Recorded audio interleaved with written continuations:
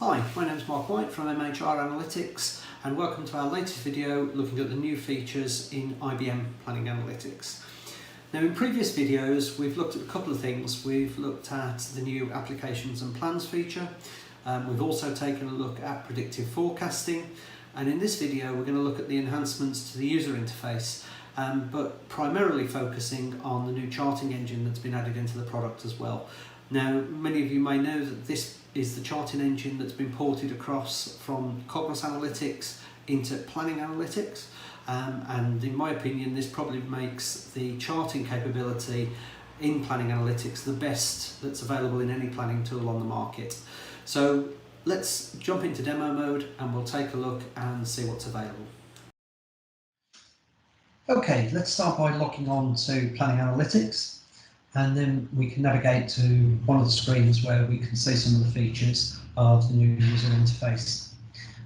You may remember from our previous videos we looked at building these applications and plans. We also looked at the predictive forecasting, but today let's go into some financial analysis and reporting and have a look at what we've got available to us.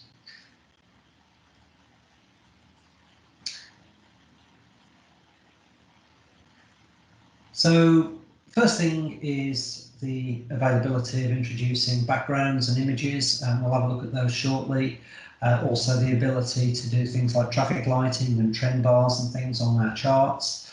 But probably for the best impact, let's have a look at the profit and loss statement and see what we've got available on there.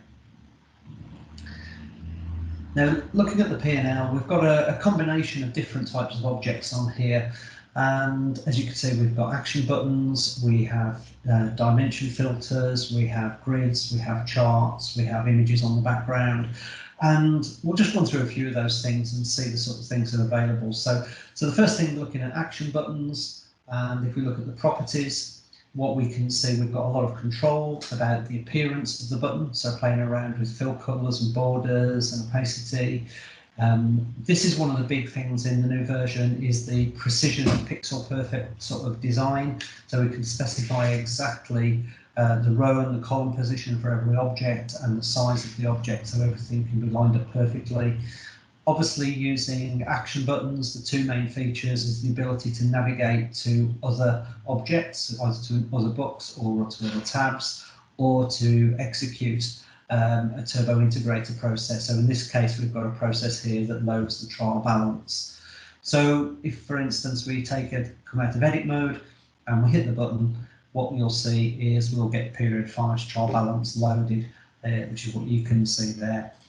And I say all of that control and positioning that we had on the action buttons, we have all that capability also on the dimension filters. So again, we can play around with these, and we've got a lot more control over the sorts of things that we can do. If we look at a cube view grid, then again, similar sort of thing. We can specify, the sort of themes that we want, whether we want row headers hidden, whether we want set editor to be available, and all sorts of exploration features. Many of these things were available in previous releases, but then we get into a lot more control about the formatting of the grid itself. So playing around with the fonts and the colours that we're going to have in the data cells, and also with the rows and the columns. So it gives us a lot more control over the cube viewer than we had previously. So lots of things we can play around with, lots of things that we can change. In fact, one of the other things, of course, is the ability to make the fill color transparent, for instance. So here we can see, we can see the background behind there. And that's something else we can look at. I mean, if we look at the background here, again, look at the properties of that. Here we've got the URL to the image that we want displayed.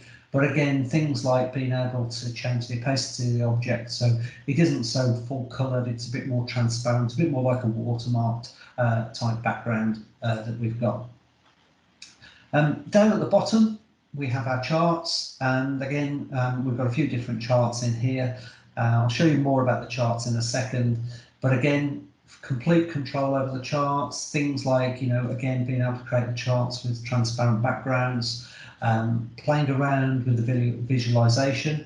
So again, control over things like color palettes that we want to use, and Also control about things like where the axis is, the line, so a lot more granular control on the charting engine. And a lot of these things that have come through into this charting engine, a lot of these things have come through from Cognos Analytics, which obviously is a full-blown BI tool. And what you're starting to see here, we've got full-blown BI capabilities, but in a planning tool as well. Now, most of these things you can ignore. You can just drop a chart onto the page and you're going to get a perfectly decent chart without any interaction with a lot of these options. But the beauty of it is, if you do want refinement on the charts, then you've got that power available to you now, which is really quite useful.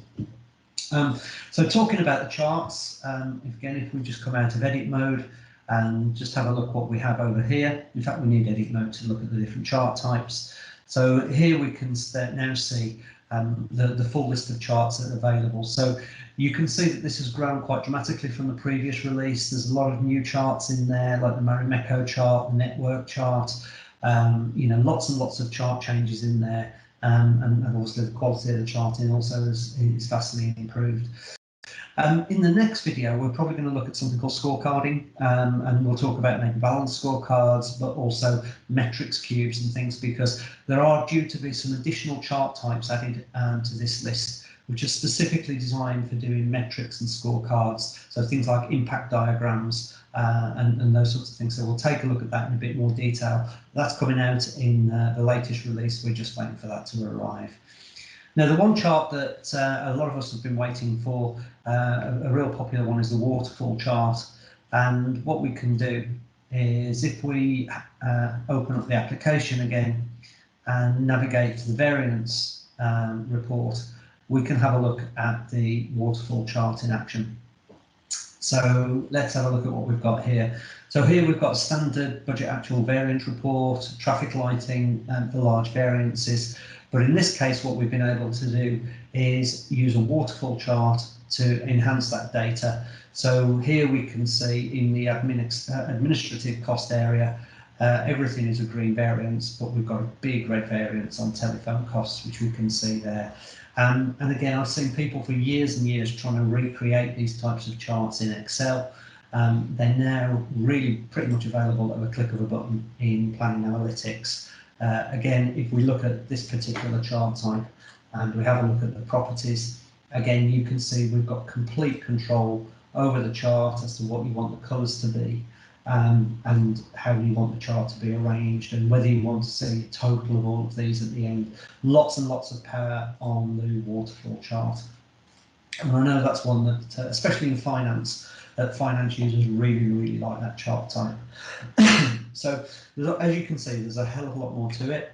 It's not designed to be a full-blown tutorial on all of the charting, but just to give you an idea of some of the things that are available and give you a bit of inspiration to the sort of things that you can do with your Planning Analytics workspaces. So thanks very much for watching. As I say, keep an eye open for the next video, which will be on things like scorecarding.